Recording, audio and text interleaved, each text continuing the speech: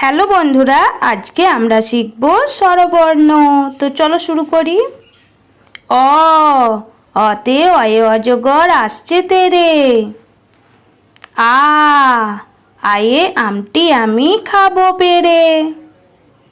হস্যই হস্যইতে ইঁদুর ছানা ভয়ে মরে।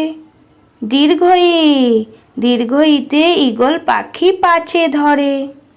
হস্যু হস্যুতে উট চলেছে মুখটি তুলে। দীর্ঘ দীর্ঘ উটি আছে ঝুলে।